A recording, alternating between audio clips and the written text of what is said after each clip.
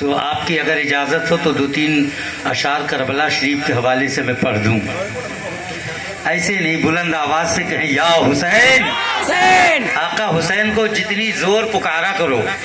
اس کا فائدہ یہ ہے کہ ہم تو سنی ہیں، ہمارا عقیدہ ہے میرا حسین زندہ ہے، حسین کا نانا زندہ ہے، اور کربلا میں جتنے شہید ہوئے 72 کے 72 سب زندہ ہیں، سب زندہ ہیں. اور جب ہم حسین کو پکارتے ہیں تو آقا حسین سنتے ہیں.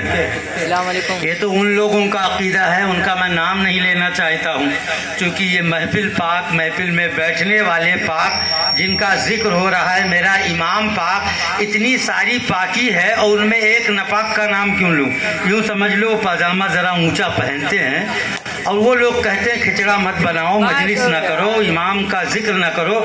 مجھے یہ بات بری لگتی ہے، اس لیے کہ امام کا ذکر قرآن کر رہا ہے. مچل کر بولو.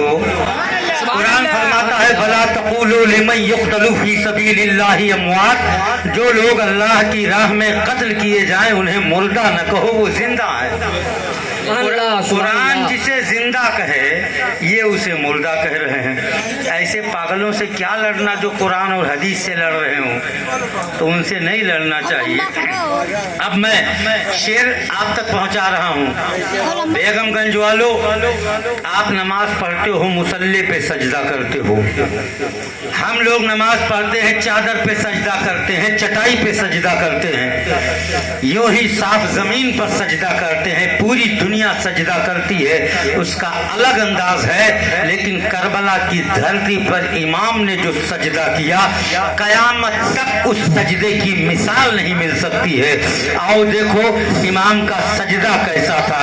امام کے بدن پر 72 یا 82 تیر لگا ہوا ہے، خون بہ رہا ہے. تیر جتنے بدن پر لگے اس سے زیادہ چاروں طرف سے امام پر تیر چلائے گئے تھے.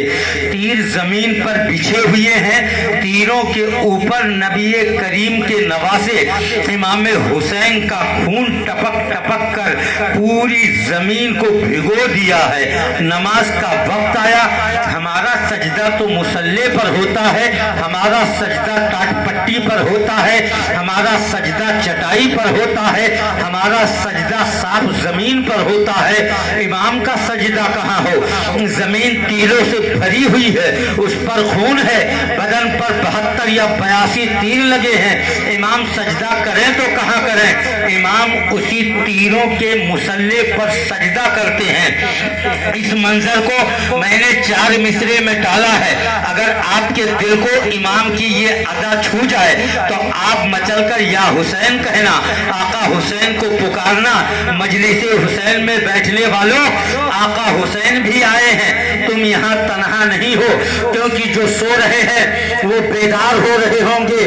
سمجھ لو خلد کے تیار ہو رہے ہوں گے، اور دیارے وادی بیگم گنج میں آنے کو میرے حسن حسین بھی تیار ہو رہے ہوں گے. دیارے وادی بیگم گنج میں آنے کو میرے حسن حسین بھی تیار ہو رہے ہوں گے. اب میرے آقا حسین کے سجدے کا انداز دیکھیں، کتنا پیارا انداز ہے. یہ فاطمہ زہرا کے دلگیر کا سجدہ ہے. اونچی آواز میں بولیں سبحان اللہ. یہ فاطمہ زہرا کے دلگیر کا سجدہ ہے. ظلمت کے مقابل میں تنویر کا سجدہ ہے.